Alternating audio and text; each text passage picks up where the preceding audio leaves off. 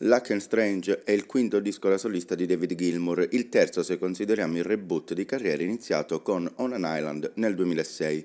Il disco esce sfruttando per la terza volta l'onda lunga promozionale del marchio Pink Floyd.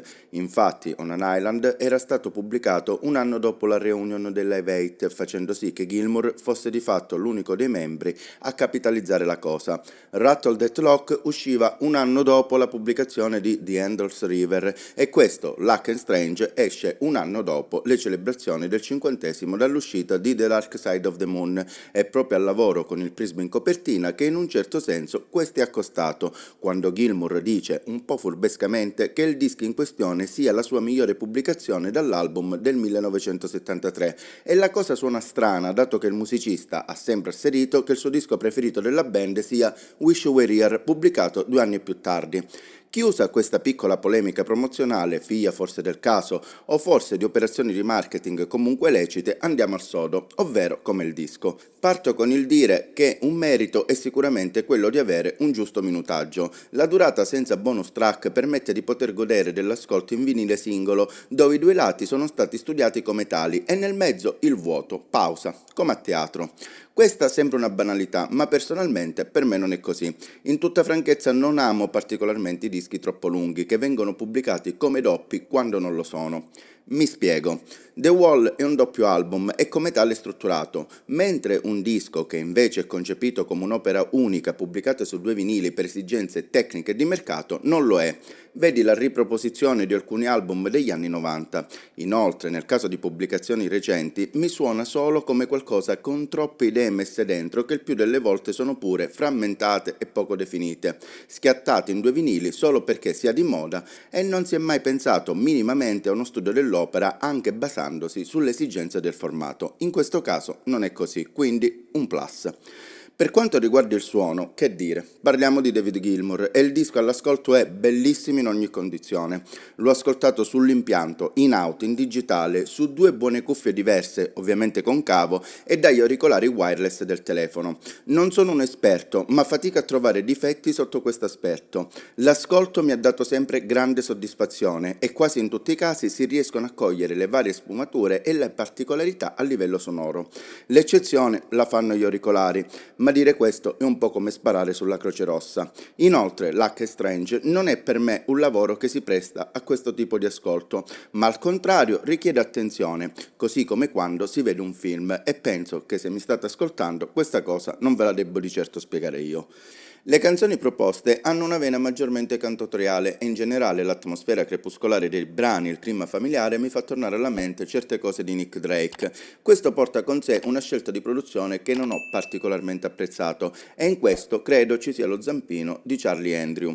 Si è discusso molto del fatto che il produttore abbia chiesto a Gilmour se ogni canzone dovesse avere necessariamente un assolo. Ebbene, credo che questo abbia influenzato il confezionamento finale delle tracce. Infatti tutti i brani sono costruiti con una canzone da un lato e nella parte finale una parte strumentale che a tratti suona quasi slegata e questa soluzione si sussegue sempre uguale eccetto in Scattered, dove dopo l'assolo c'è un breve cantato, e se proprio vogliamo in Things, dove l'assolo c'è ma non di chitarra. Quindi si percepisce un certo taglio con il passato, lo si intuisce già dal logo utilizzato, che è diverso da quello che ha caratterizzato il nome dell'artista dal 2006 alla pubblicazione di Live a Pompei. Sul versante dei musicisti, oltre al già rodato Guy Pratt al basso, si fanno notare la presenza della figlia Romani, di cui parlerò dopo, e di Steve Gadd alla batteria.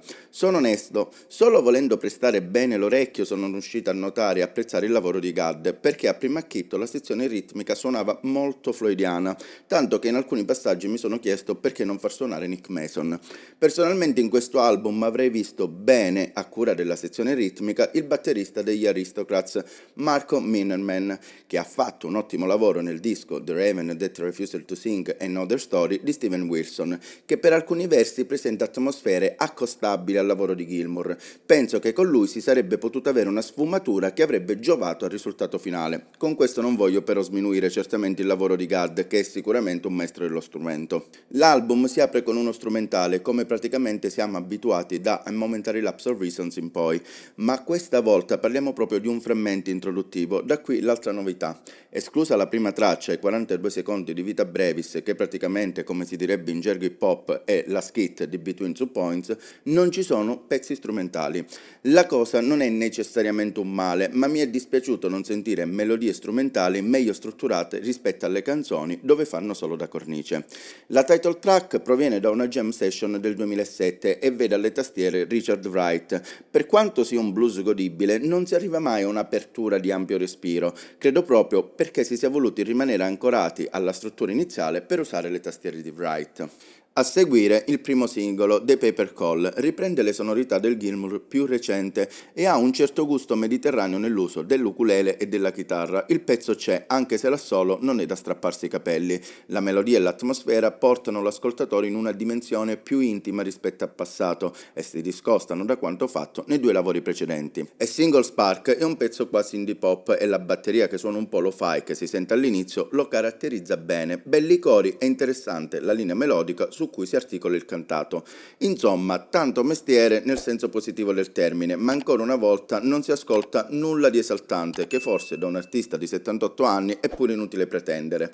Il lungo assolo ricorda un po' le sonorità di On an Island, per intenderci il brano di Blue, ma è veramente molto bello, soprattutto perché supportato da un arrangiamento di archi veramente ben fatto. Si arriva a Between Two Points, cover dei The Montgolfier Brother. Ho sempre apprezzato il modo di scrivere di Roger Quigley, autore del brano scomparso nel 2020. Le canzoni mi hanno sempre dato l'idea di qualcosa costruito in maniera stratificata e questo lo si evince, per me, soprattutto nel disco Return to the Scene of the Crime del suo progetto At Swim Two Beers. La canzone è tra i momenti più alti del disco, l'arrangiamento è strepitoso grazie anche all'utilizzo dell'arpa e la prestazione di Romani alla voce fa sperare nella pubblicazione di un album a suo nome che sarei davvero curioso di ascoltare.